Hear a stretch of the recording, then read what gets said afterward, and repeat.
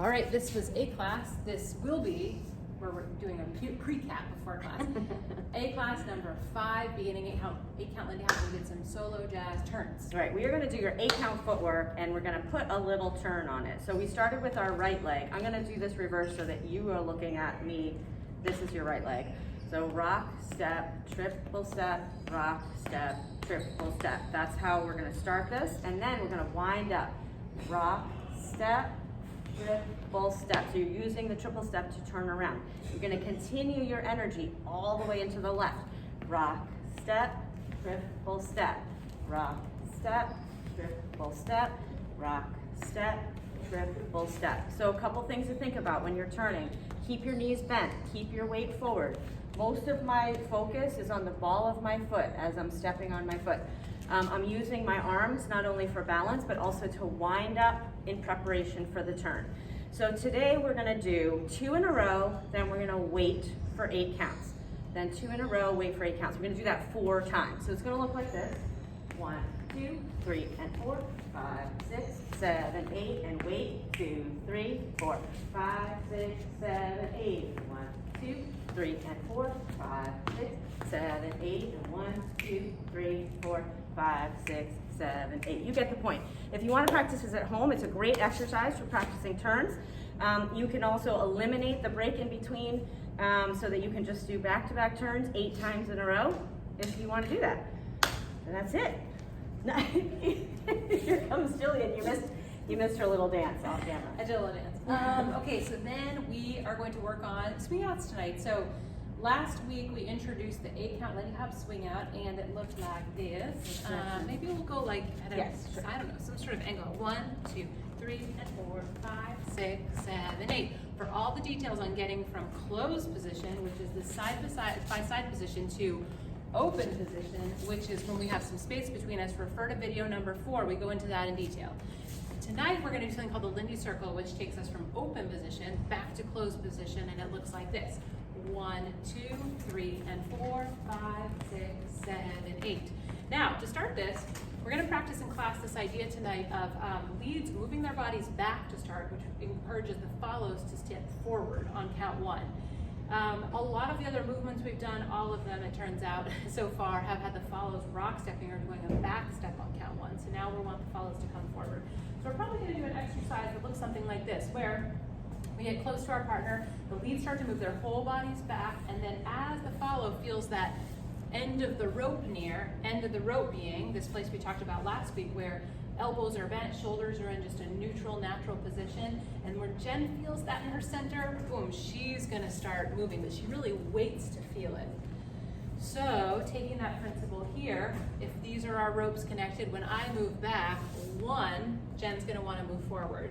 This means that when we start this swing out into closed position or into a Lindy circle, we wanna start from a place where our rope is kind of taut. There's like a stretch between us. We wouldn't wanna start here, because if I move back on count 1, Jen's not gonna move back. She's just gonna step in place, or she's not gonna move forward. So here we are, this nice taut rope to start this moment. I move back 1, 2, 3, and 4. I'm just going to do the same thing I usually do, going right in front of Jen here, but then I'm going to take all that energy we've got between us and I'm going to wrap it up into a circle. I'm going to keep on stepping in a circle. So we've got 1, 2, 3, and 4, 5, 6, 7, 8. I'll talk about follows. Sure. What you're thinking. Yeah. So follows, aside from that waiting for that gentle stretch to happen, you're also thinking about staying square to your partner. So as you come in and as your partner turns themselves, I'm thinking about a laser from my chest going to a laser to Jillian's chest and making sure that we're pointed at each other the whole time. And that's going to go for all the way through the 2 steps until you do the triple step that kind of releases from the circle. And then we kind of open out a little bit to more of our V situation that we are often in. Yeah. When Jen is square to me, it kind of takes all that nice circular energy we have and kind of makes it really efficient. It makes it feel really good. If we're not square to each other, we kind of collapse, and then all that nice energy we had goes away there. Yeah, so another thing to think about is make sure that you're stepping to the side on those 2 steps on 5, 6. So 1, 2, 3, and 4, side, side, triple step. If you're walking forward, it probably means you've collapsed your connection and you're not stretching away anymore. You're kind of walking into each other, and that kind of, again, all the energy is going to dissipate. So follows keeping your energy going until your lead stops you, and staying square to them. That's going to maintain the connection that you need.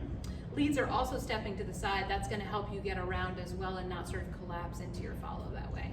Last thing leads too about the circle, maybe to mention, Jen touched on it a minute ago, is we have this circular feeling, but then we kind of wrap up all the energy. It's like we exit the edge of the circle to get ready for the next thing. We wrap it all up. Maybe this from a couple different angles, maybe back 2. So here's the whole in the circle. So 1, 2, 3, and 4, 5, 6, 7, 8. Or we can say this is a swing out from open position to closed position. Another way to think about it. Maybe this direction. 1, 2, 3, and 4, 5, 6, 7, 8. We'll do both together. So we've got a, are we so far away? Hard to tell. We got a swing out, triple, step, step, triple, and then we come back to closed position, step, step, triple, step. Maybe we'll do that back to the camera. We've got 1, 2, 3, 4, 5, 6, 7, and back into a circle. There are so many more details. I will say one other thing that I'm sure will come up tonight is that follows, you may feel like you need to cross your feet as you are on 5, 6 traveling around in the circle. You'll be going left, right. You can cross your foot in front if you want. You can cross it back too, but I just find that it takes your weight too far back. Most of the time we want to keep our weight forward. So, you know, do what you need to do. And it goes for leads too.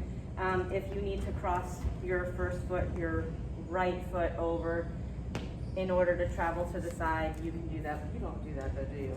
I don't think you do. I don't do it as a lead. I only do it as a follow. Oh, a little bit. Yeah, there's a little bit crossing. But it's really just has to, it depends on like the momentum that you have in the circle there, and it's basically just do whatever's natural to keep your feet under your center, that's all. Exactly. Don't think about it too much, just keep your feet underneath your body, and if that means that you cross, that's fine. Yeah! Good job, you guys. In the future,